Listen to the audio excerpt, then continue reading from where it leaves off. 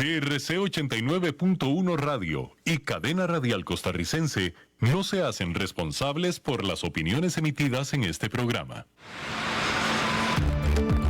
Es tiempo de tender la red democrática y mostrar la Costa Rica del futuro hacia la cual debemos caminar. Con ustedes, Jonathan Prendas, aquí por CRC 89.1 Radio.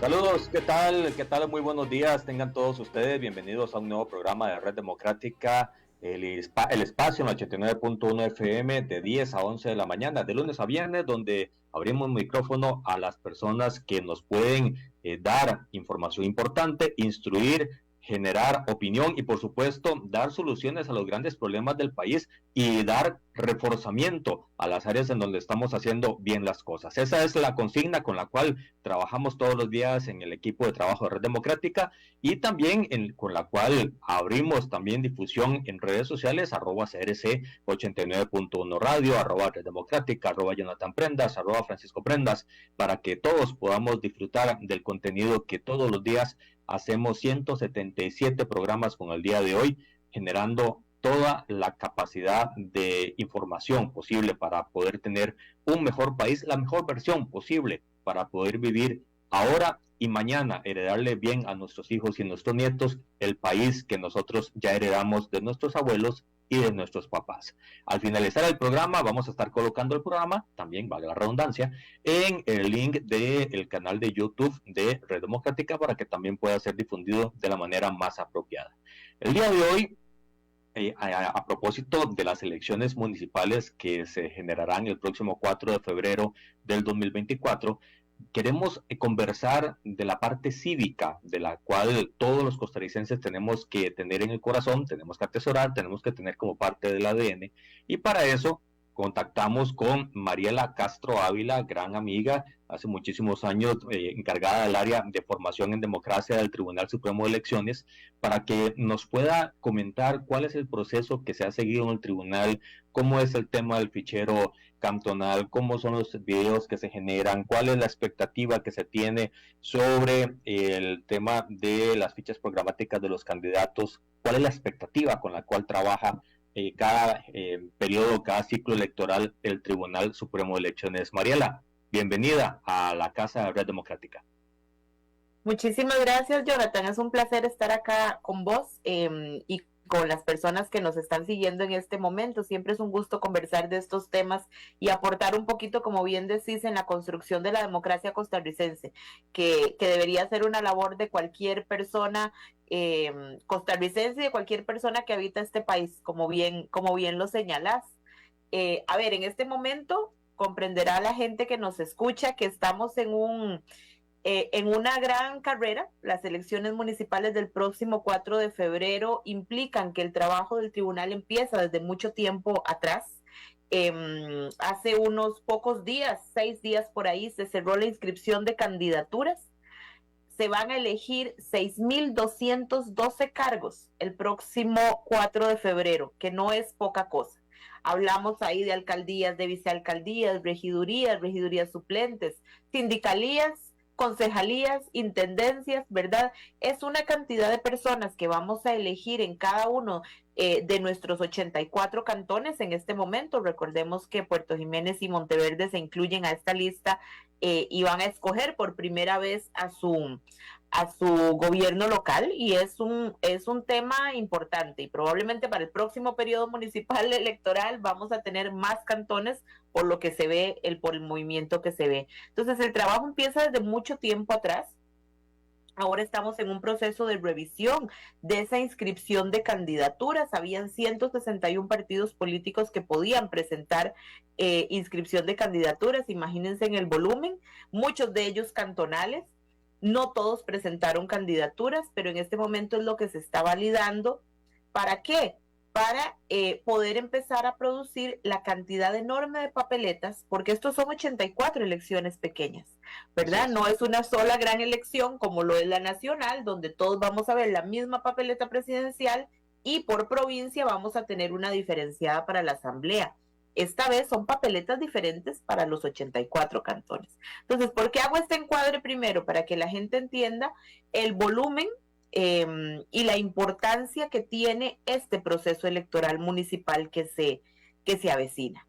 Pero previo a eso, como bien lo señalás, hay una cantidad enorme de trabajo que hacemos desde el tribunal, sobre todo pensando en brindarle a la ciudadanía herramientas e información para que puedan emitir un voto informado. Y bueno, ahí podemos ir desglosando cada una de ellas, pero esto era como para contextualizarle a la gente en qué estamos y qué pueden encontrar para informarse, es lo que vamos a señalar. No sé si tenías otro. No, Mariela, de hecho me llama la atención, poderosamente la atención, la diseminación de partidos políticos. Muchísimos cantonales, 162, dijiste. Entre 161 y 162 en general. Hablo acá hay nacionales, provinciales y cantonales. Con posibilidad de optar por un puesto municipal.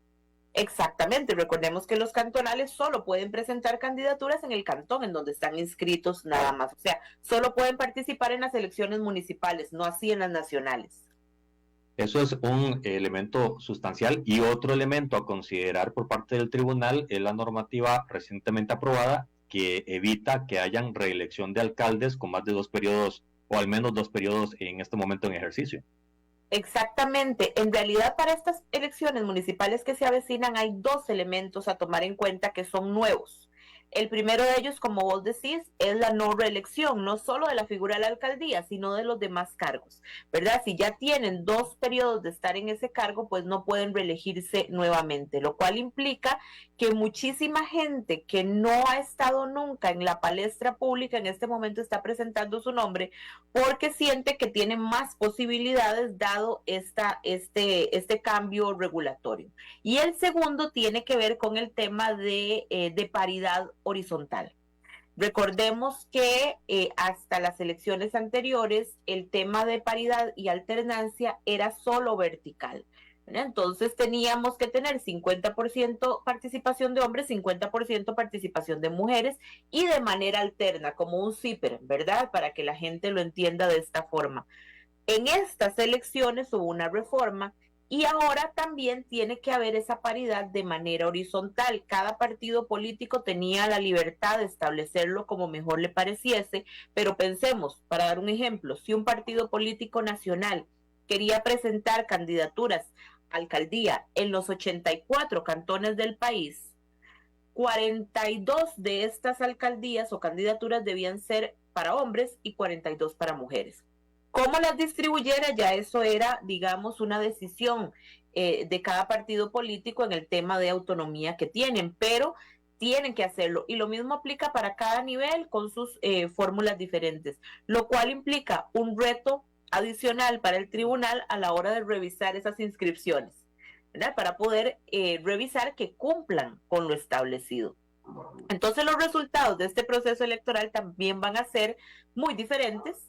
Hemos dicho que las elecciones municipales, desde que hubo el primer gran cambio en el 98 con la reforma al Código Municipal, es difícil medirlas y compararlas unas con otras, porque en cada proceso han tenido, o sea, se les han agregado elementos que las diferencian del anterior. El momento en el que se hace, recordemos que en un momento se hizo en diciembre, luego se pasa a febrero, luego antes los regidores y regidoras se elegían en las elecciones nacionales, luego no, ya se integra todo. Me explico, ha sido una cantidad de hechos que hacen que estas elecciones sean difícilmente comparables unas con otras.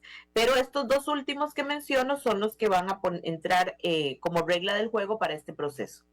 Mariela, uno de los grandes retos del tribunal, de los partidos, de los medios de comunicación en general de todo el país es la abstención. Luchar contra esa apatía de los ciudadanos mayores de 18 años de ir a votar, ya sea porque se pasaron de casa y les queda largo el lugar de votación, se dio espacio hasta octubre para poder cambiar el domicilio electoral y ponerlo de acuerdo a su actual residencia. Hay gente que todavía no lo hace.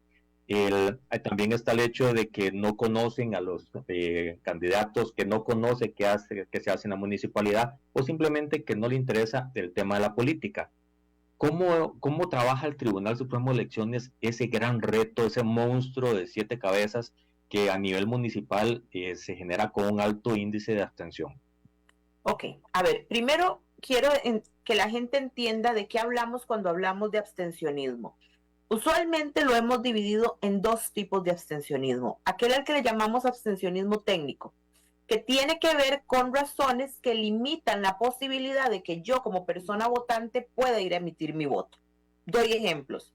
Que yo sea una persona que presento alguna discapacidad física, sobre todo importante, y que cuando llegue a la junta receptora de votos no tenga elementos como para poder votar. Y eso se ha ido subsanando. Por eso la urna, la mampara, o sea, donde nos paramos detrás de esa mampara para emitir el voto, es de cartón. Esto implica que una persona que está en una silla de ruedas puede mover esa mampara, ponerla en sus piernas y emitir el voto.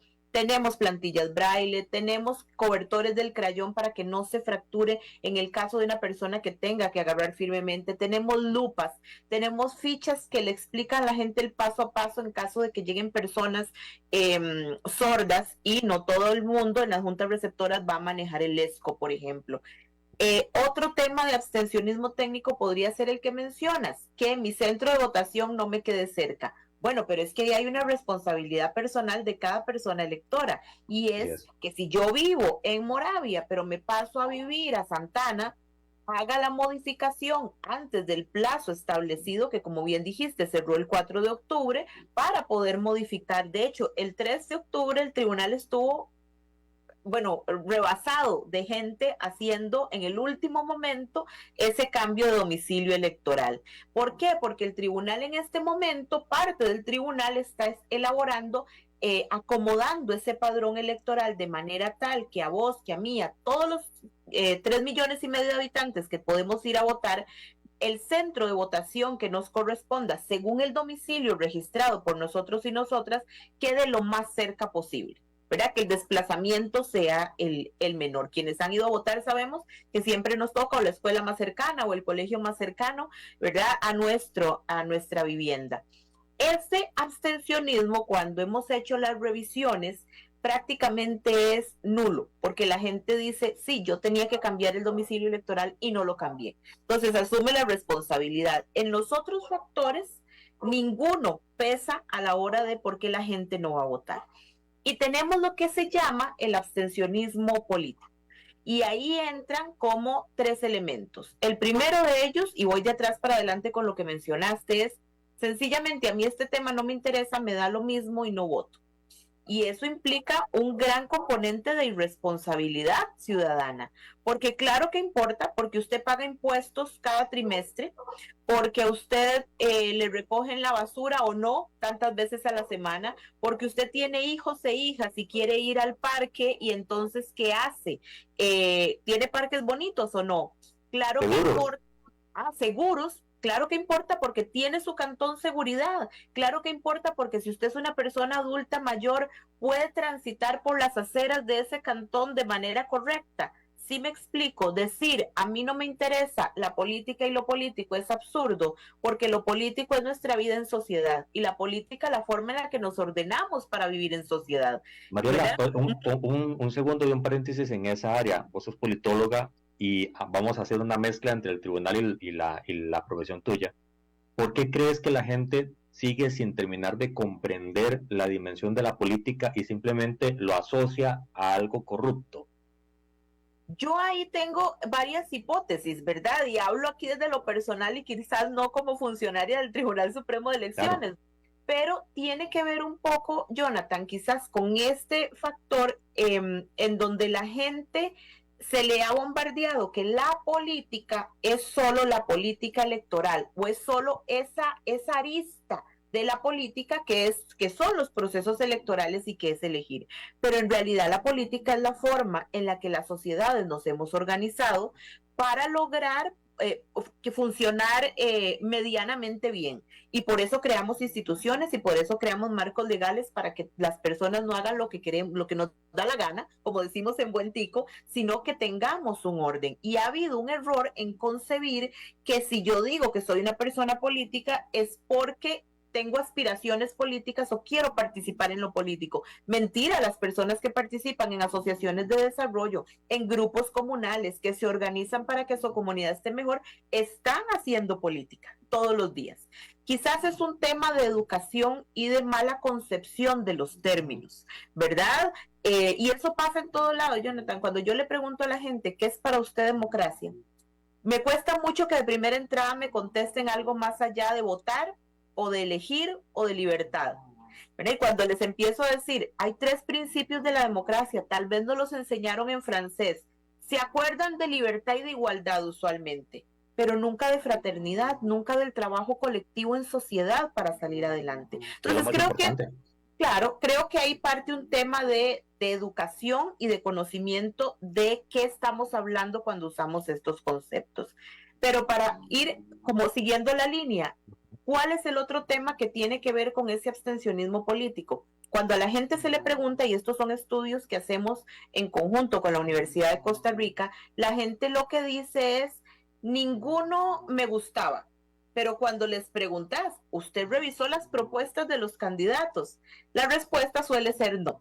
Entonces, ninguno me gusta, pero no vi qué proponían. ¿Verdad? Suena un poco ilógico. Y eso es tomar el camino más fácil. Es como cuando yo digo, no, es que esa institución no se puede, pero usted ha ido. Ya conoce el procedimiento, ya fue a hablar con alguien de esa institución. No, pero es que es tan difícil que lo atiendan ahí a uno, pero ya usted ha ido, le ha costado que lo atiendan. No, pero, ¿verdad?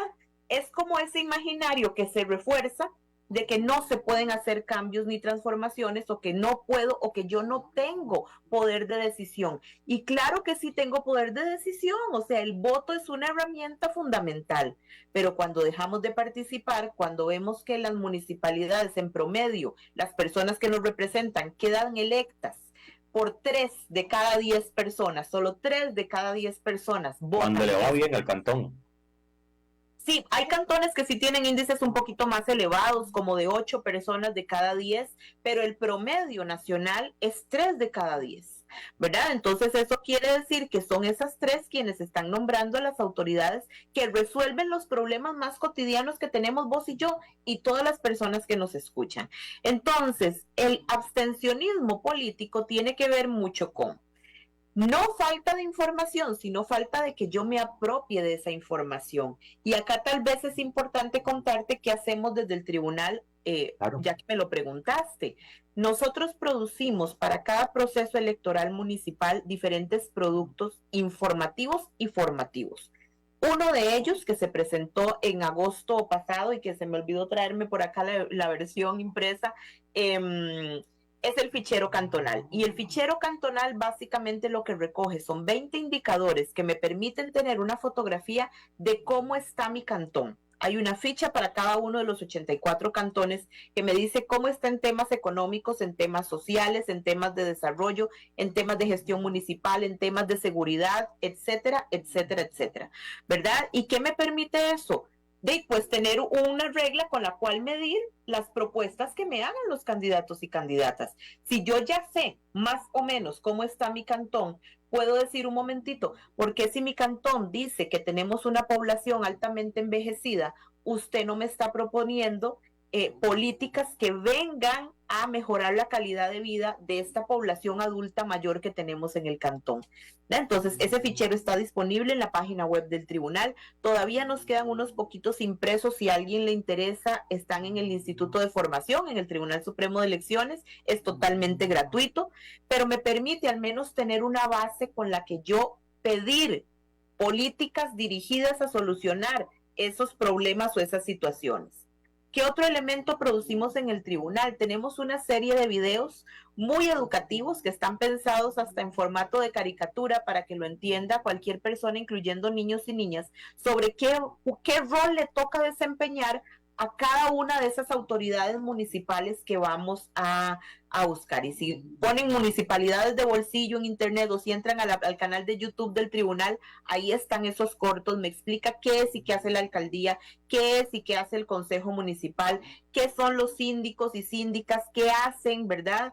Los consejos de distrito y demás. Entonces es importante que la gente no solo sepa cómo está el cantón, sino que sepa ¿qué van a hacer esas personas a las que yo voy a ir a darles mi voto?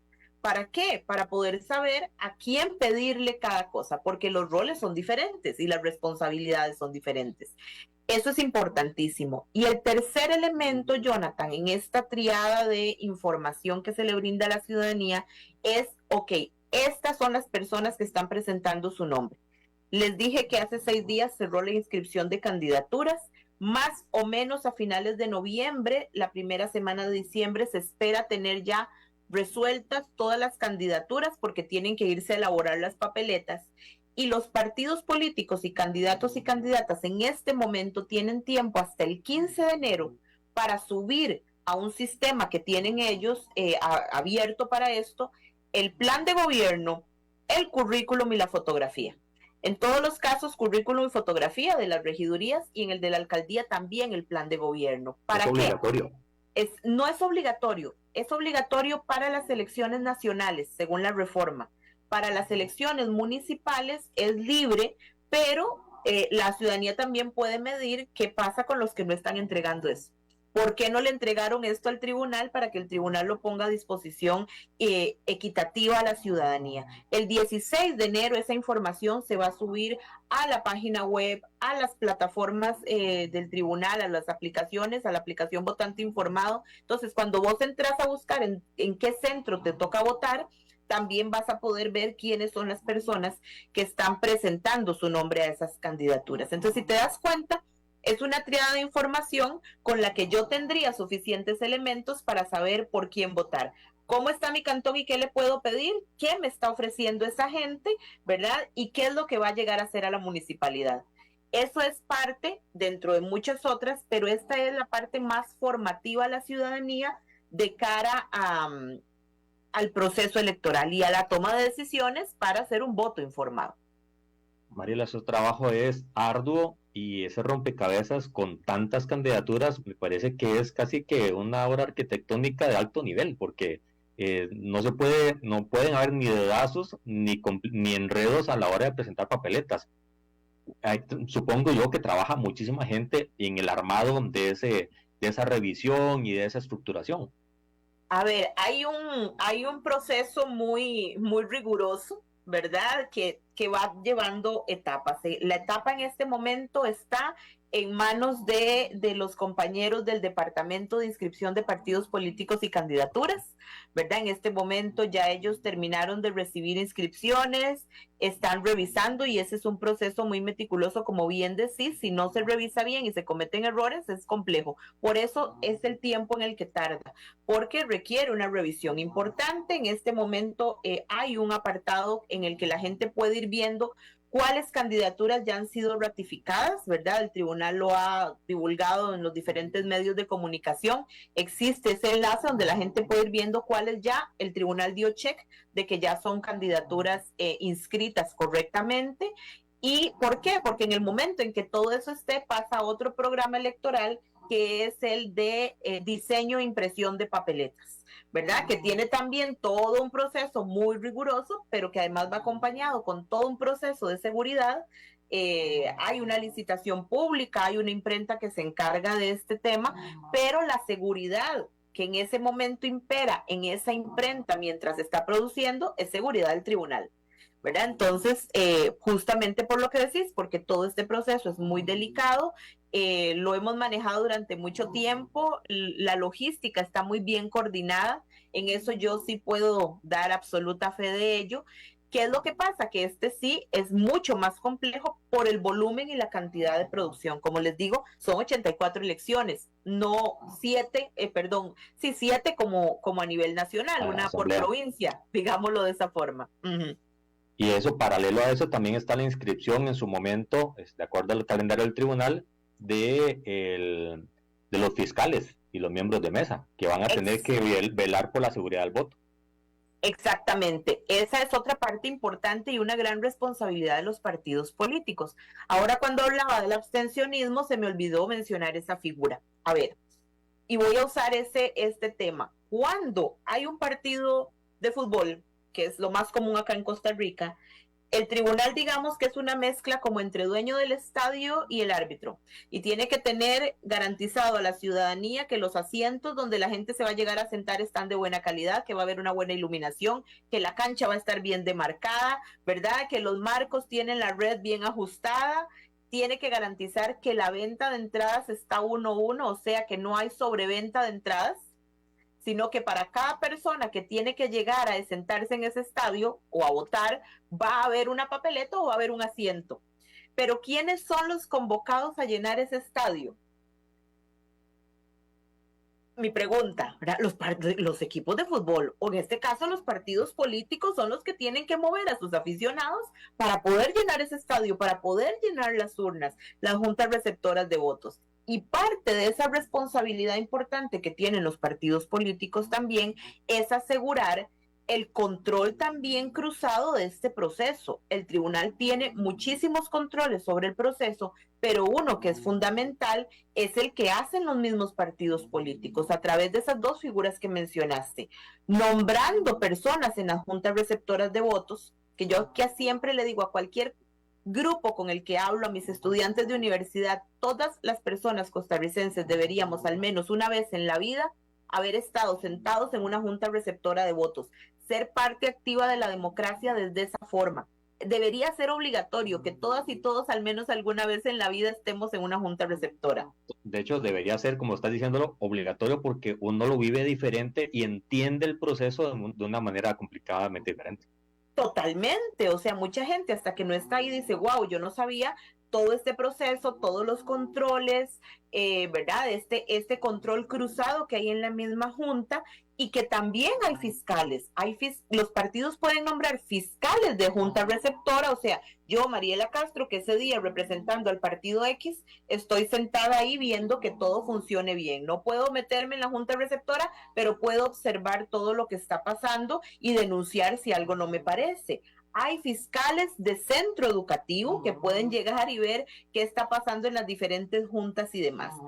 Hay un montón de figuras establecidas en nuestro sistema electoral para poder controlar el proceso electoral, para poder controlar la transparencia del proceso. Y eso no es menor, o sea, la Organización de Estados Americanos que evalúa nuestro proceso electoral cada vez que hay elecciones, siempre ha remarcado la capacidad del tribunal, pero del país, de efectuar procesos electorales transparentes y de alta calidad, además a un costo bajísimo, porque esa es otra cosa, Jonathan. La gente a veces dice qué montón de dinero. Bueno, es que la democracia no es un costo, es una inversión. Sostener un sistema democrático requiere necesariamente inversión, pero somos uno de los países que hace proceso electoral con menor gasto. Por darles un ejemplo, el padrón electoral de Costa Rica y Panamá más o menos es muy parecido en volumen. Y nosotros, y Panamá gasta 3 veces más en organizar su proceso electoral que Costa Rica.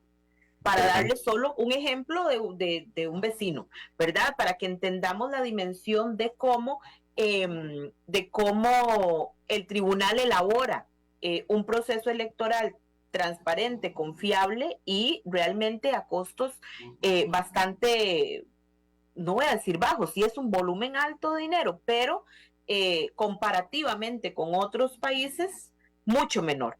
Entonces, este tema de los partidos políticos, ahí parte su responsabilidad, parte de la responsabilidad de llevar a las personas a las urnas en el sentido de motivarles e informarles y plantearse como la mejor opción, pero también de estar en el ejercicio de control y de desarrollo del proceso mismo, poniendo personas en las juntas receptoras y poniendo personas fiscales. Mariela, vos recorres el país con el Instituto de Formación en el cual formas parte.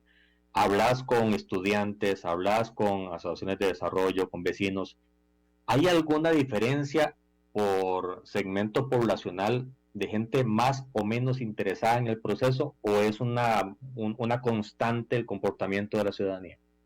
Uy, qué buena pregunta.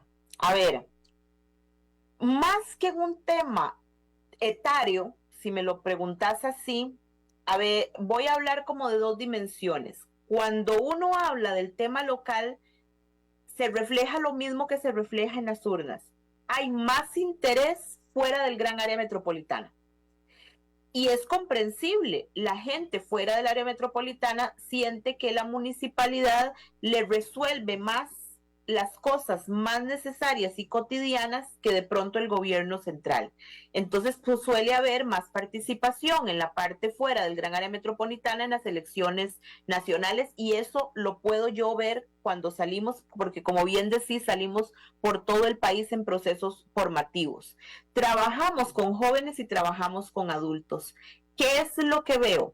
Cuando uno trabaja con gente, sin importar su edad, sean personas jóvenes, sean personas, digamos, en el margen de la población económicamente activa, o sean personas adultas mayores, cuando esas personas se involucran en la realidad de su comunidad, en el grupo que sea, Jonathan, o sea, político, de desarrollo, asociaciones, religioso, del que quieras, usualmente a esa gente sí le importa el tema participativo en las elecciones municipales. La gente que no vota tampoco participa en otras cosas. Y eso entonces habla más que de ubicarlo en que no es que son los jóvenes los que no votan, no es que son los adultos los que no votan. Hay una tendencia equilibrada en eso, pero en donde sí yo veo la diferencia es cuando la gente hace algo, lo menos o lo más, dentro de su comunidad o en sus espacios participativos, es gente que probablemente la vas a ver participando. Y hay estudios tremendamente interesantes que prueban cosas como que cuando uno está socializado en el tema político, a ver, en mi casa siempre se habló de política, Jonathan, desde que yo era chiquita, siempre, siempre, o sea, tenía en la época del bipartidismo, ubiquémonos, ¿verdad? Ya tengo mis años, había un partido, o sea, en mi casa convivían los dos grandes partidos políticos y la discusión en el buen sentido política siempre fue algo permanente, y probablemente eso me permeó y terminé estudiando ciencias políticas, por darte un ejemplo. ¿Qué otro elemento? Cuando los jóvenes ven que sus papás se involucran políticamente, y acuérdense que ya dije que eso implica todo lo que podemos hacer en sociedad para mejorar nuestra condición de vida, los chicos y chicas se sienten involucrados. Hace un tiempo trabajé con una asociación de desarrollo y decían, es que los jóvenes no quieren hacer relevo, no quieren participar. Y yo les preguntaba si tenían hijos e hijas, ¿sí? Y yo decía, cuando ustedes llegan a hablar con ellos, solo llegan a quejarse de las cosas malas que les pasan o les cuentan las partes positivas de participar. Cuando tienen logros, cuando la asociación logró que se estableciera la asada, cuando la asociación logró que se hiciera tal parque, y se volvían a ver todos y se quedaban pensando, y no, yo claro, ¿cómo ustedes pretenden que los jóvenes quieran participar si ustedes les están transmitiendo solo lo negativo y no los réditos, no personales, sino colectivos que implica la participación? ¿Verdad? Entonces, ahí es donde sí veo la gran diferencia. Cuando la gente está involucrada y participa en el espacio más chiquito, en su metro cuadrado, es donde sí veo que es gente que se mueve también en los procesos electorales. Entonces, no sé si me puede dar a entender, más que un tema etario, tiene que ver con cómo le programamos a las personas jóvenes, pero también cómo las personas adultas entendemos que la transformación se da solo haciendo, ¿verdad? Involucrándonos, cooperando y construyendo procesos democráticos. Así de simple, es la única forma. Mariela, ¿cuáles son los grandes fantasmas de una elección municipal? No solo para el tribunal, sino para los partidos.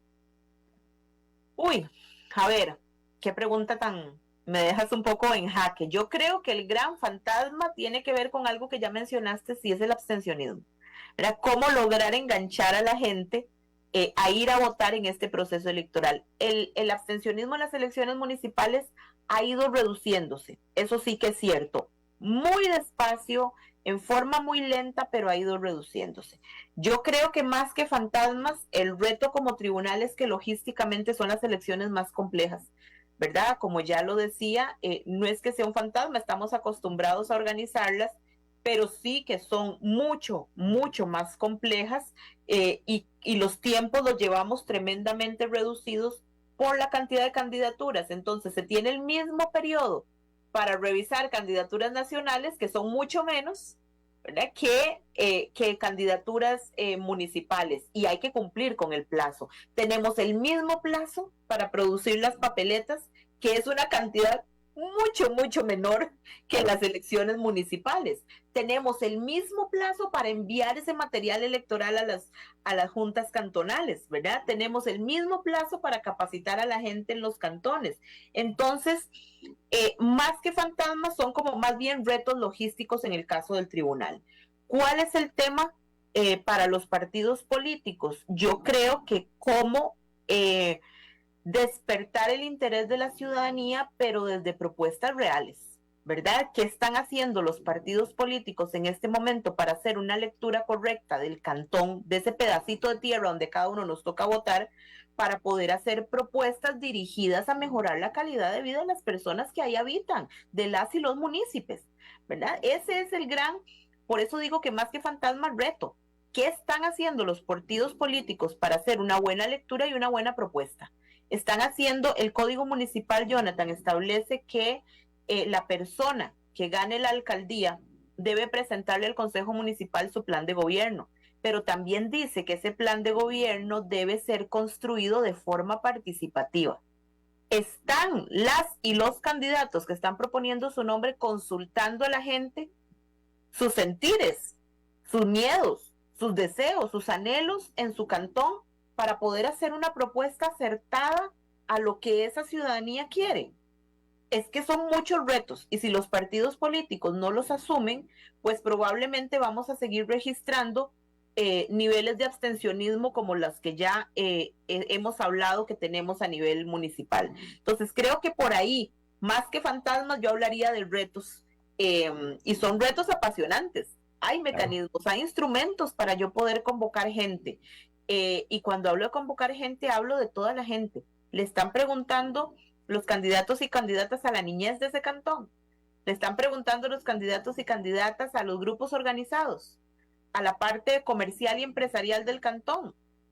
Y ahí podría seguir, a la población adulta mayor, a los que somos papás y mamás y que todos los días nos preocupamos por cómo interactúan nuestros hijos en el cantón. Cuando vos y yo éramos chiquillos, salíamos por todo el pueblo, a andar en bici, a hacer cosas. Yo en este momento pienso en mi hija, y creo que vos también harás lo mismo, y no creo que nos parezca andar a la pulpe sola, como iba yo. Entonces, si esa es la realidad, ¿qué estamos proponiendo para que, al menos en una realidad cambiada, y no es que añoro volver a lo que había antes, las sociedades se transforman, pero entonces, en la sociedad que tenemos hoy, ¿qué oportunidades pueden tener tus hijos y mis hijos de poder interactuar como lo hacíamos vos y yo en el cantón donde crecimos? Eso es parte de esos retos que yo pensaría que deben tener en este momento los partidos, y ya mencioné los del tribunal. Importante complemento, Mariela, me parece el cómo hacer realidad que estaba señalando las propuestas de cada candidato, porque puede salir alguno poniendo que en las aceras vamos a poner de esas bandas como las del aeropuerto, que usted se sube y la banda lo lleva hasta la otra acera, hasta la otra esquina, y nunca la gente dice cómo lo va a hacer, si es posible, cómo lo va a financiar. El cómo es lo que la gente ahora está demandando cada vez más, y está retando a los partidos a no simplemente poner una idea de voy a poner cámaras cada 3 metros para ver la seguridad que todos van a tener. Me parece que eso es uno de los grandes retos, y comunicarlo. Y ahí es la otra pregunta que te iba a hacer, Mariela. ¿Cómo ves vos desde el área en el que estás el proceso de difusión y comunicación a la gente? ¿Está permeando la información a toda la sociedad, o se quedan en ciertos grupos por características muy propias de acceso a conectividad, de horas de trabajo, de tiempo, etcétera? A ver, voy con la primera parte de la pregunta. Efectivamente, Jonathan, el reto está en los cómo. Y esa es parte de lo que la gente como votante debería medir. Si yo voy a revisar planes de gobierno, yo creo que yo debería revisarlos con 2 lupas. La del fichero que ya les dije, ok, ¿me están haciendo propuestas para mejorar esta fotografía que tengo acá en la mano? Sí, ok. ¿Y cómo? Me está diciendo cómo lo va a hacer, porque justamente eso que señalas es lo más importante. Puede haber un pliego de muy buenas intenciones. Nosotros desde el área de formación en democracia trabajamos también con escuelas y colegios en sus procesos electorales estudiantiles, y lo primero que les decimos es no proponga cosas que no puede cumplir. Entonces hemos encontrado planes que dicen hacer una piscina. Y lo primero que les decimos, ¿ustedes saben cuánto cuesta hacer una piscina? Y de hecho montamos los datos económicos y se los llevamos para que vean cuánto cuesta construir una piscina. Y nada más pelan los ojos como diciendo, no, eso es imposible, ¿ok? Entonces, ¿para qué uno promueve lo imposible?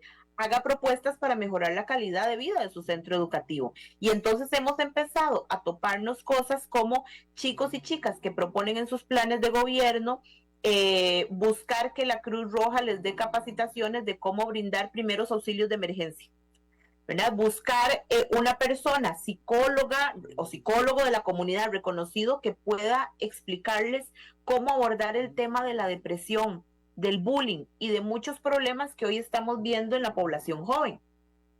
Sí te digo, hay cosas que no requieren inversión económica, pero que el impacto puede ser impresionante. A nivel cantonal, pues obviamente hay desembolso económico, pero ok, ¿de dónde van a venir los recursos para instalar cámaras en cada esquina de cada cuadra del cantón? ¿Verdad? Se tienen esos recursos. Hay cooperación que pueda traerse para poder implementar eso. La gente tiene mucho que analizar el cómo se va a hacer cada una de esas propuestas.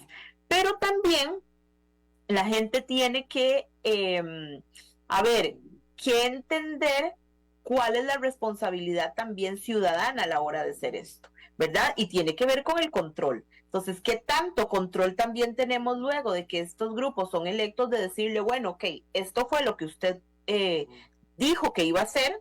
Uno puede entender que a veces, por más propuesta que se haga en el camino, hay cambios, hay eventos naturales que de pronto te cambian la realidad, digámoslo, o sea, que lo digan todos los países con la pandemia, por ejemplo, ¿verdad? Uno puede comprender, pero que entonces haya explicaciones de qué se ha logrado desarrollar, que no, y eso se llama rendición de cuentas y transparencia. Y eso es también parte de esa responsabilidad ciudadana en democracia, es que no solo es elegir, también es estar pendiente. Jonathan, esa es otra cosa que yo hago cuando voy a comunidades y pongo en jaque y le digo a la gente, ¿usted sabe qué día sesiona su municipalidad? ¿Y a qué hora? Dos me levantan la mano, otros batean, como decimos en buen tico. Y después les pregunto, ¿ustedes han ido a una sesión del Consejo Municipal? Y algunos me levantan la mano, y yo, que no sea una tarea de la universidad ni del colegio. O sea, ustedes fueron, ahí bajan más de la mitad de las manos, a proponer algo, a escuchar qué se está haciendo. Ya ni siquiera hay que ir, ahora las transmiten vía redes sociales. ¿Verdad? Han ido. Yo, y ¿sabe por qué hago esta pregunta? Porque yo al menos una vez al mes me uno a la sesión municipal del Consejo Municipal en el cantón en el que vivo, para poder tener, digamos, algo de autoridad moral para poder hacer este quiz, digamos, que les hago y ¿verdad? Eso es responsabilidad ciudadana, y no es del pueblo, es mía, es suya, es de cada uno de nosotros desde la individualidad, poder estar en todo ese espacio. No sé si me habías dicho otra cosa que se me fue por hablar del tema de... Esas dos eran, y más bien ahora quiero sumarte otra en los minutos que nos quedan, Mariela, quedan 8 minutos, y para aprovechar el tiempo, maravillosamente respondido, y me genera una duda mayor, que no te quiero poner contra la pared en el sombrero institucional, pero más bien, ¿qué escuchas de las comunidades a donde vas? ¿Escuchas de la gente cuando se toca el tema de hacer el voto obligatorio? Porque, por ejemplo, en Argentina, ahora que están en elecciones a propósito de la campaña presidencial, allá es obligatorio. Y si no se va a votar, tiene una multa que tiene que pagar, o a nivel de la trazabilidad institucional queda básicamente congelado por 2 años. Entonces, más o menos es la comparativa que estaban explicando. Entonces, el tema es hacerlo obligatorio y que tenga un peso esa falta a ir a votar. Se conversa del tema, se pone como una alternativa para hacer más participativa a la gente. A ver, ¿de verdad queremos una sociedad en la que haya un bajo abstencionismo, pero porque yo obligo a la gente a hacer algo? Yo al menos, ¿verdad? Y aquí hablo desde Mariela Castro, absolutamente desde lo personal. Es que yo prefiero que la gente vaya a ejercer su derecho y su deber de votar convencida de la importancia de ese voto. Claro. De la importancia de mi compromiso. Digamos, ese sería mi ideal, y creo que es el ideal democrático.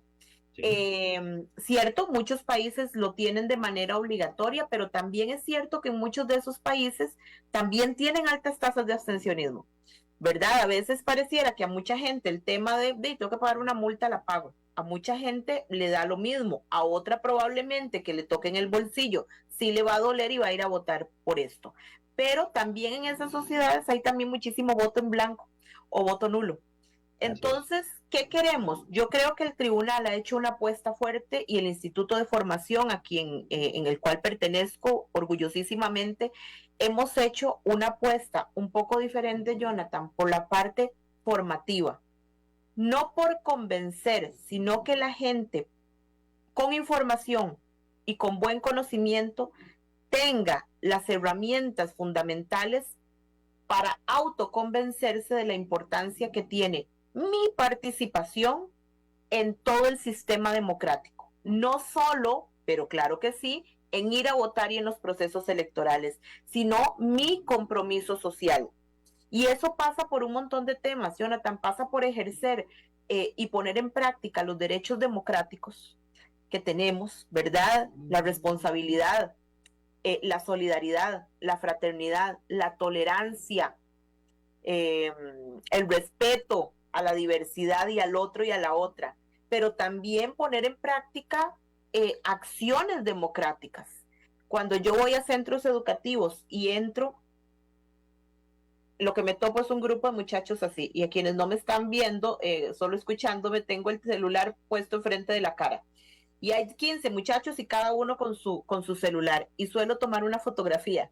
Y cuando les estoy dando el taller, saco esa fotografía y les digo, ¿cuál es la etiqueta que le ponen a los jóvenes y a las jóvenes siempre? Y algunos me dicen de vagos, de inútiles, de que no servimos para nada. Ok. Y otro me dice de rebeldes, de rebeldes. Ustedes se dan cuenta en esta foto que les estoy poniendo, donde todos están con el teléfono, que ustedes, eso es lo normal es llegar a todo lado y ver a la gente con sus teléfonos celulares, ¿verdad? En las casas, en cualquier espacio la gente está así. ¿Y ustedes no creen que lo más rebelde que podrían hacer en este momento es dialogar? Se quedan un poco sorprendidos, ¿verdad? Poner el teléfono a un lado y dialogar y empezar a construir puentes a través del diálogo, porque la normalidad es estar metidos en el teléfono. Entonces, los rebeldes, y si es que ustedes son rebeldes, y que si los consideran rebeldes, lo más rebelde que podrían hacer es poner en acción una práctica democrática que es el diálogo plural, para llegar a soluciones, para llegar a acuerdos, para llegar a líneas de acción. Y llevarle la contraria al estereotipo. Exactamente, entonces dialogue, ¿verdad? Participe. Eso es llevarle la contraria si queremos ser rebeldes, y si ya les pusieron etiqueta de rebeldes, seamos rebeldes democráticos, dialoguemos, pongamos en práctica acciones que lleven a mejorar nuestras sociedades. De hecho, entonces, Mariela, ahí pondrían contra la pared a más de un candidato y a más de una autoridad. Por supuesto, porque entonces, a ver, si yo dialogo, si yo me informo, si yo reviso, si yo tomo acciones ciudadanas para estar informado, yo puedo cuestionar y decir, bueno, es que esta propuesta suya me parece. ¿Cómo dice que la va a lograr? ¿Qué es lo que está haciendo? ¿Verdad? En este momento yo sé, las comunidades se están organizando, por ejemplo, para hacer debates. Asistamos a los debates. Son espacios democráticos para poder ver la confrontación de ideas, si hay diferencia de ideas, o también para ver si hay coincidencia de ideas, Jonathan, porque también eso es importante. Recordemos que elegimos consejos municipales donde van a haber varios partidos políticos representados. Entonces, si hay coincidencia, significa que en ese ámbito van a poder sentarse y tomar decisiones en bienestar del cantón, porque hay coincidencia. Hasta eso tenemos que medir, ¿verdad? Los debates no es solo para ver qué dice el que piensa en rojo y qué dice el que piensa en amarillo o qué dice el que piensa en azul, sino ver si dentro de esa gama de colores hay coincidencias que nos permitan construir mejores cantones para todos y todas. En este momento en el que está atravesando no solo el país, sino el mundo entero, necesitamos muchas más acciones colectivas para poder lograr el bienestar.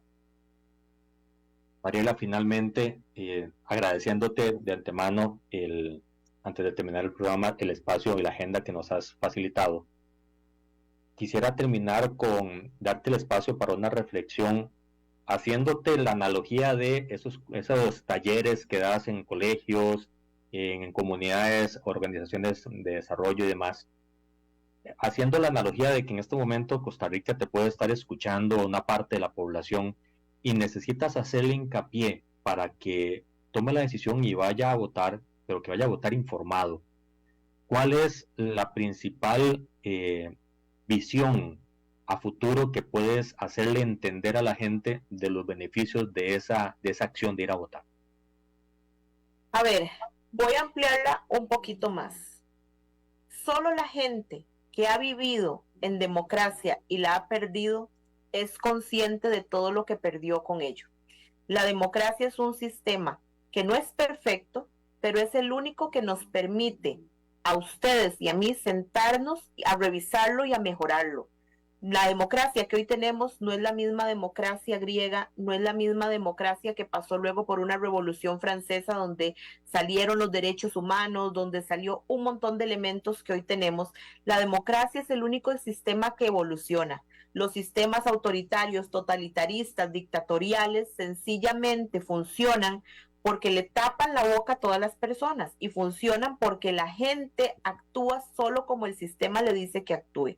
En el caso de la democracia tenemos la gran posibilidad de construir la democracia mientras estemos haciendo acciones que vengan a mejorar la calidad de vida suya y mía. Esos espacios están siempre permitidos y no solo están permitidos, están incluso regulados por ley y asegurados por ley. Tenemos muchos espacios donde participar y el primero de ellos, gente, y que suena extraño, el más simple es el ejercicio del voto. Claro, ese ejercicio del voto no es solo levantarme ese día temprano o en la tarde, ¿verdad? O antes de que cierren las urnas ir a votar. Implica una responsabilidad suya y mía en revisar qué me están proponiendo, quiénes son esas personas que se están proponiendo, que además son vecinos tuyos y míos. Solemos conocerlos, conocemos su historia de vida, al menos a sus familias, o qué hacen en el cantón, o qué han hecho o han dejado de hacer en el cantón. Pero también qué me están proponiendo y cuál de esas propuestas se acerca al modelo de comunidad de cantón donde yo vivo. Porque eso es lo que se está jugando ahora y eso es lo que se está decidiendo. ¿Dónde vivimos? ¿Dónde dormimos todas las noches? Y por eso es importante que nuestro rol ciudadano lo pongamos en práctica en un espacio tan fundamental como es un proceso electoral municipal. Mariela, muchísimas gracias por el espacio. Gracias a vos, Jonathan, y a todas las personas que nos han acompañado. Y gracias a todos que han estado en sintonía en la FM, en redes sociales, por sus comentarios. Gracias por estar en sintonía y seguir este programa. Y en pocos minutos va a estar siendo colocado el programa en el canal de YouTube de Red Democrática para una mayor difusión. Escuchen a Mariela, ella tiene la experiencia para decirles por qué es importante votar. Hasta la próxima, si Dios así lo permite. Esto ha sido todo por hoy en Red Democrática.